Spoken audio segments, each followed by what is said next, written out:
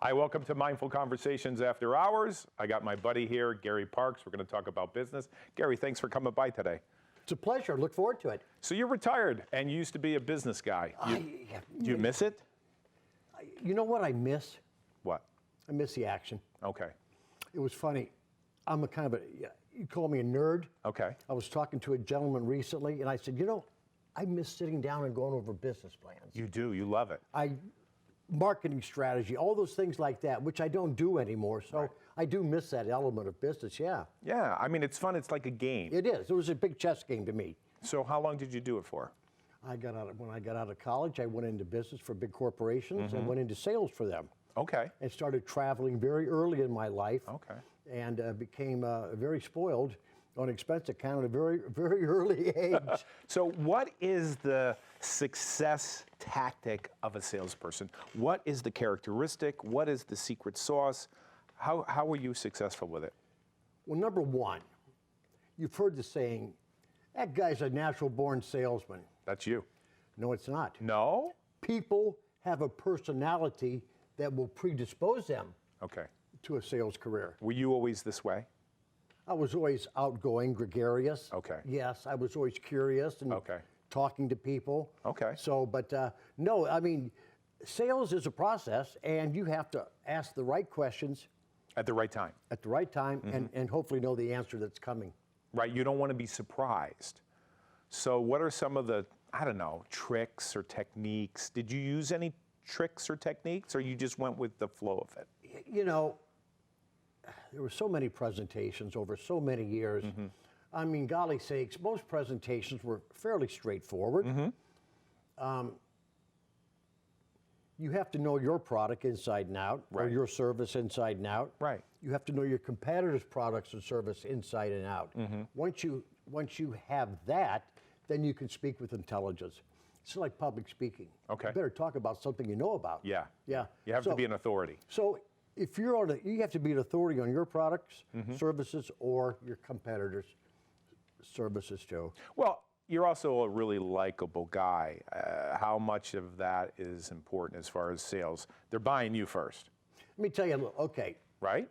Yes, it becomes a personality contest. It does. And I'm telling you, sometimes it's the guy with the biggest expense account gets the business. Not fair. What's the story behind that? Tell me more. What do you mean? Maybe I could entertain him better than my competition. Oh, you can take him for golfing. Maybe I could take him to golfing. Maybe I take him out to a 5-star restaurant instead of going out to a 3-star restaurant. But I see. I remember before I worked for myself. Boss I had, great boss, treated us so well. He said, that's nice. He said, you know, our junk's the same as their junk. You go get our share. Oh, and it becomes that was it? It's a personality contest. Okay. And it's, well, you have to work hard. You got to make your calls. Right. Sales is a numbers game, not so much in what I did because I had very defined distribution and products. It wasn't like everybody was a prospect. Okay. Whereas if you're an insurance salesman starting out, they give you a phone book and make 200 calls a day. You know? So what was the target market and what was the product that you worked on first? Well, the first product I did was industrial rubber products. Okay, so who you selling that to? That was with the Goodyear Tire and Rubber Company, and we sold to distributors. Okay. And then I went to Uniroyal. Okay. You know why? Why? They offered me more money. So, but more money, more responsibility. And more of an account as far as wining and dining clients? Absolutely, okay. and some of my greatest friendships go back to those days. Now I did, my wife and I started our business in, what year was that? 1985. Well, back up. Okay. How did you go from working for someone else to have the courage to say, that's it, I'm working for myself? What happened there? The job that I had, I could see was coming down to the end. Okay.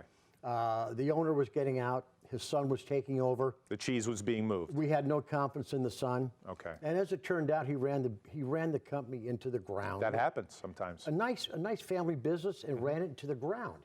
And so we were all looking. Okay, gotcha. And during that period, we started our medical business. And I had planned on just doing that, but then I got a call one day from a headhunter. Wow. And so there was an outfit down in Florida in the golf business. and a former famous golfer and his partners had this company. And they wanted to expand into another area of industrial use for their golf carts. And so I took a job consulting with them for like a year down there. What was that like? It was fabulous. Okay.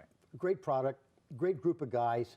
But they wanted me to move there, but nah, I had the business and, you know. You were where, California? I was in Houston, Texas Okay. at the time. Okay, gotcha. This was in Clearwater, Florida, the golf business. Beautiful area.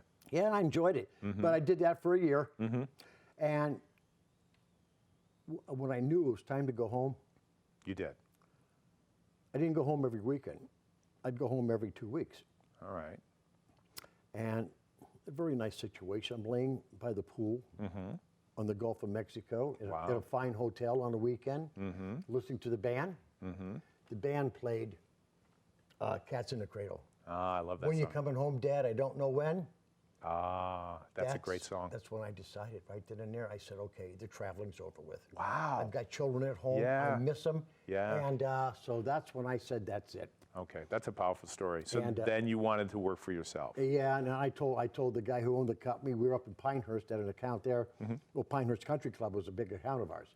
And got on the private plane to fly back to Florida. I drank every bottle of scotch in there and said, I'm going home.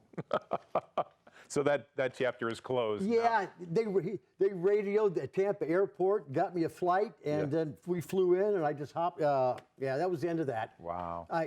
It was fun, but Yeah.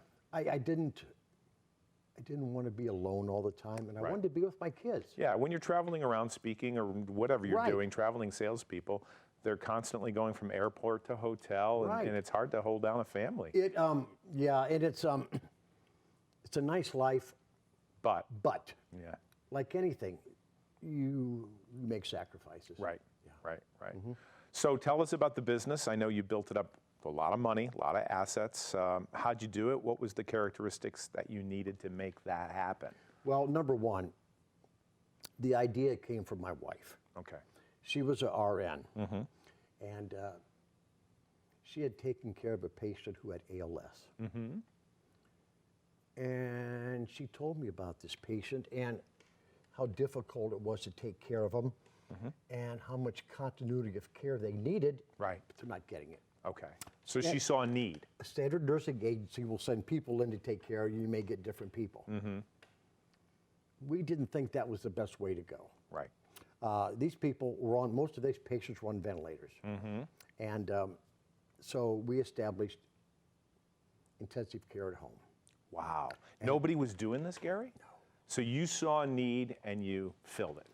2 years, though, we researched the market. I didn't want to make any mistakes. Right. We researched the market for 2 years, and I was fortunate to have some very, very good friends at my golf club who were prominent business people in Houston. I said, here's my plan.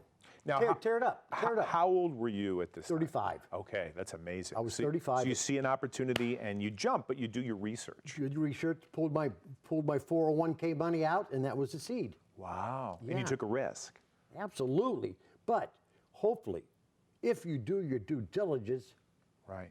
you diminish that risk as much as possible. Right. And when it came time to pull the pin, I had no fear whatsoever. That's I knew we were going to be successful. Wow. And a lot of times people just want a secure job. They want to make sure that they have a vacation or 401k or health insurance or the weekends off. Right. And that's enough. But that's not you. No, I mean, weekends meant nothing.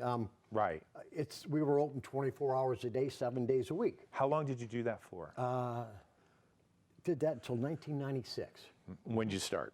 1985. Okay. Yeah. All right. And then you closed it and you moved on to something No, else? I didn't close it. I got divorced. Ah, okay. All And right. And split the assets.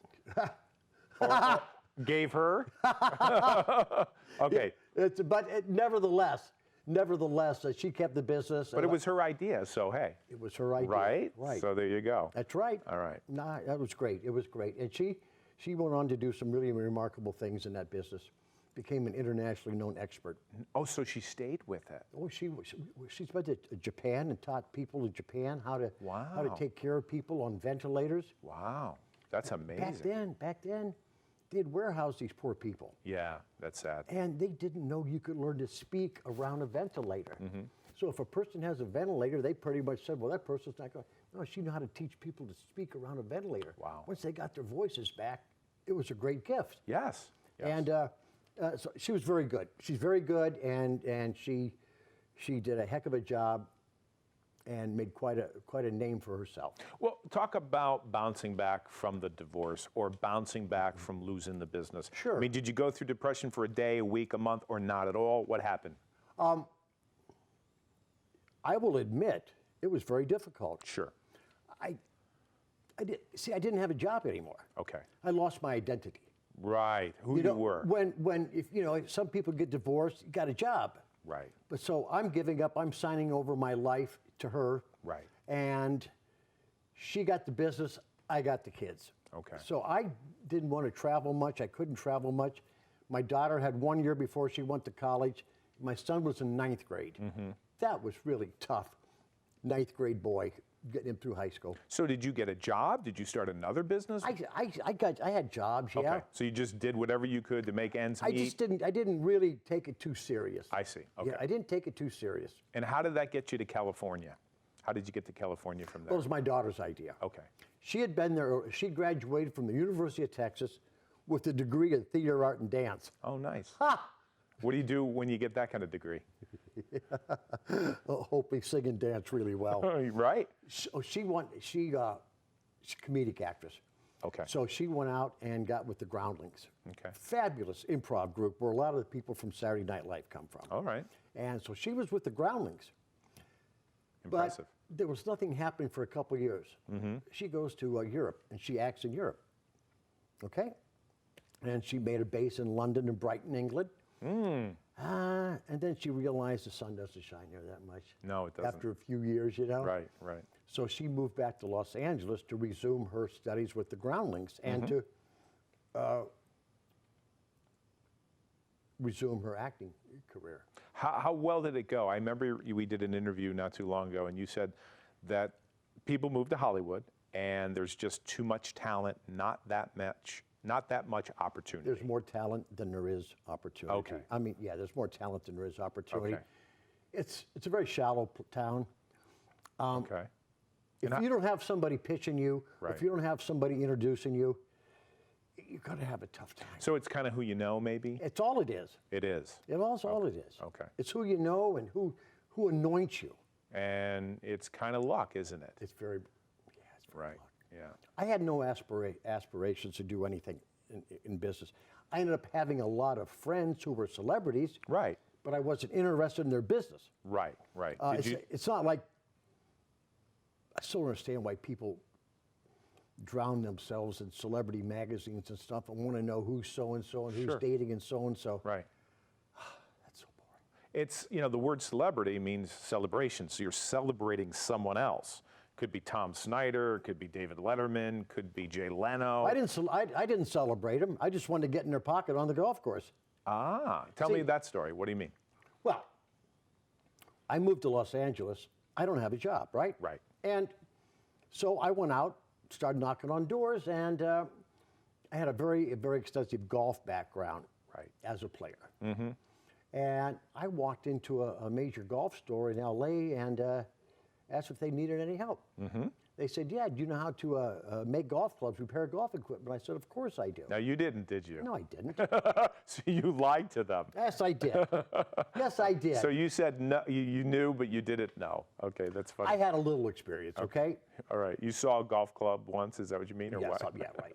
But what happened was, it went great. I ended up really doing a good job, and I took it I treated it like it was my business. Nice. Oh, that's really I great. treated it like it was my business. I was separate from the rest of the golf store. Okay. For the first time in my life, I'm getting my hands dirty, Yeah. and I'm enjoying the hell out of it. Wow. And one gentleman came in one day, and we really hit it off. And he knows everybody. Okay. Was he an agent, or was he No, an actor? Or? He was a former businessman. Okay. But Famous or not famous? no, you don't know who he is. Okay, gotcha. But All right. you know who all of his friends were. Okay, all right. And That's a better place to be, right? well, like I said, I don't need to be a millionaire. I just need to have a few friends who are, right? So, or live like one. so he starts bringing me all these celebrities Wow. to work on their clubs. Wow. So you're an expert. I became very good at what I did. Okay. And the word got out. the word got out. Okay, that's great. And I'm busy all the time. And So tell me the story when you pick up the phone and you call the celebrity. How do you get through the gatekeeper? You have the golf clubs. Is that the idea? well, here, let me tell you this. Okay, interesting. You should ask that.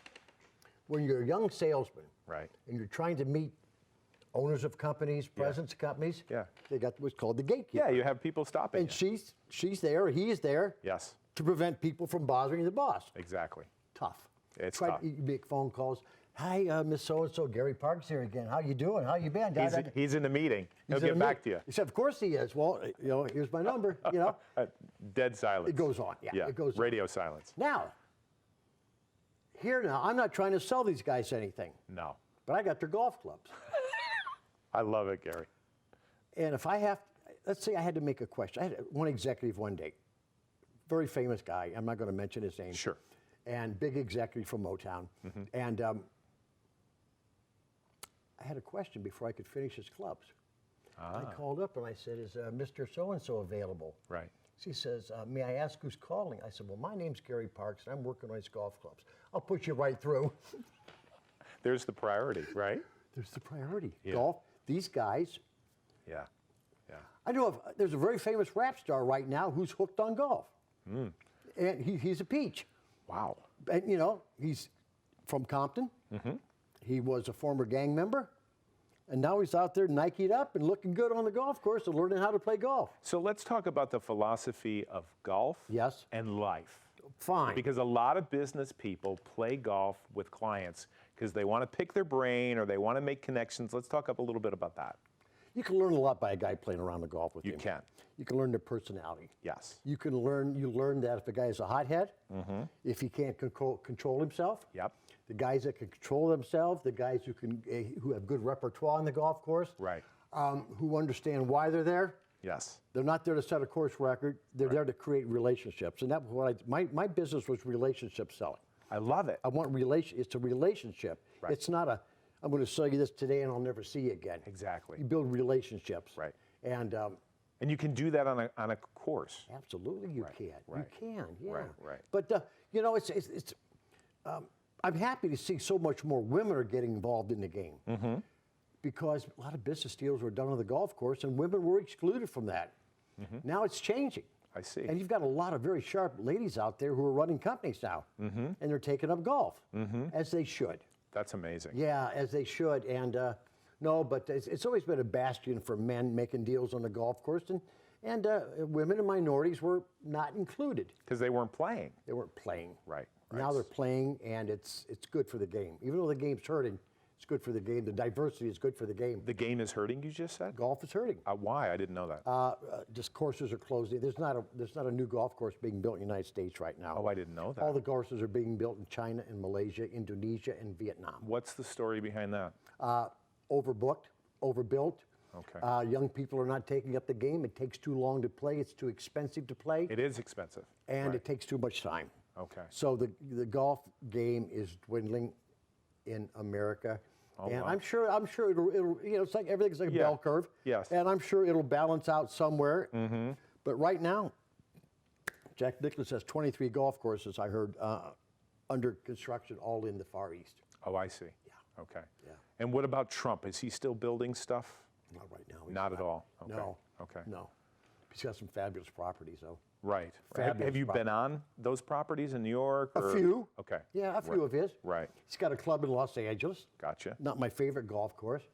His course in Scotland is I was just going to say, how's that? Have you been in Scotland? Fabulous. Have you been there? Have you Yeah. played through? yeah, it's fabulous. Okay. Are you so close to the water that you're playing into the wind there? Oh God, yes. You are, which is very challenging. Oh, the wind can be blowing 40, 50 miles an hour, and the rain can be coming in sideways.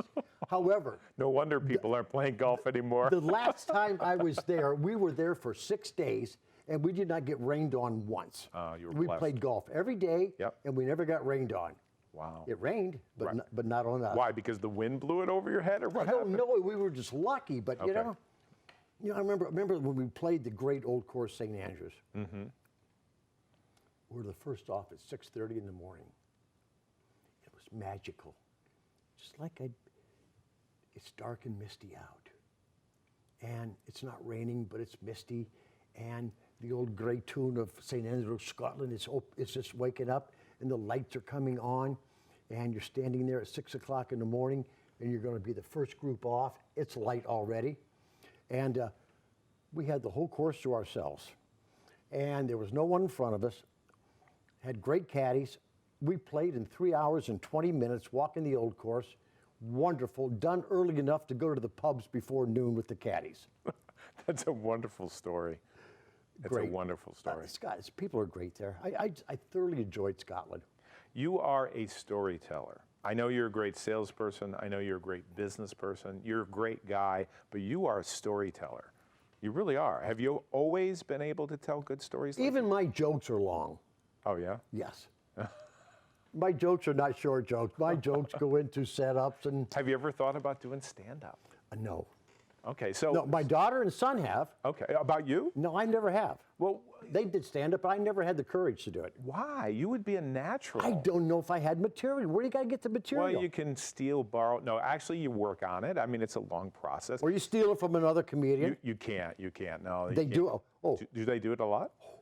Do they really? There's a guy out in California who is a famous comedian whose name is Mud now. Oh, because he stole the joke or two? Stole guys' material. You can't do that. Guy went up, Joe Rogan went up on stage one time and called him out. Wow. Says, you're stealing my stuff. Yeah, you can't do that. So his, I remember we were at a celebrity tournament one time, and there was a joke-telling contest. Mm-hmm. I said, hey, I got one, Carlos Mencias. And everybody just screamed out loud because he's the one who steals all the jokes. Wow. And I'm not afraid to say that. Yeah, sure. You know, sure. It's well known. Well, I listened to an interview that David Letterman did with Ellen, and he asked her, you know, for your hour show, how long did it take you to write that show? And it's an hour, 60 minutes. Mm-hmm. And she said 7 months. Mm-hmm. And I'm thinking to myself, it's not just her writing the show, it's her and writers and other people and editors. And you're producing something like that and you're taking it on the road after 7 months. That's your property. Right. You can't just rip that off. No.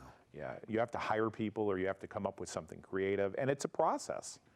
So in the next couple minutes that we have left, and I know this isn't fair, but where do you see yourself in the next couple years? Well, if not 6 feet under. Oh. Hey, listen, I'm 70. You're 70? You don't look 70. You have so much energy. I look a day over 69, thank you. But But seriously, folks, I don't know.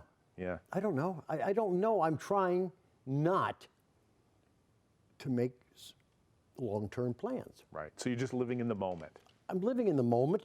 I am.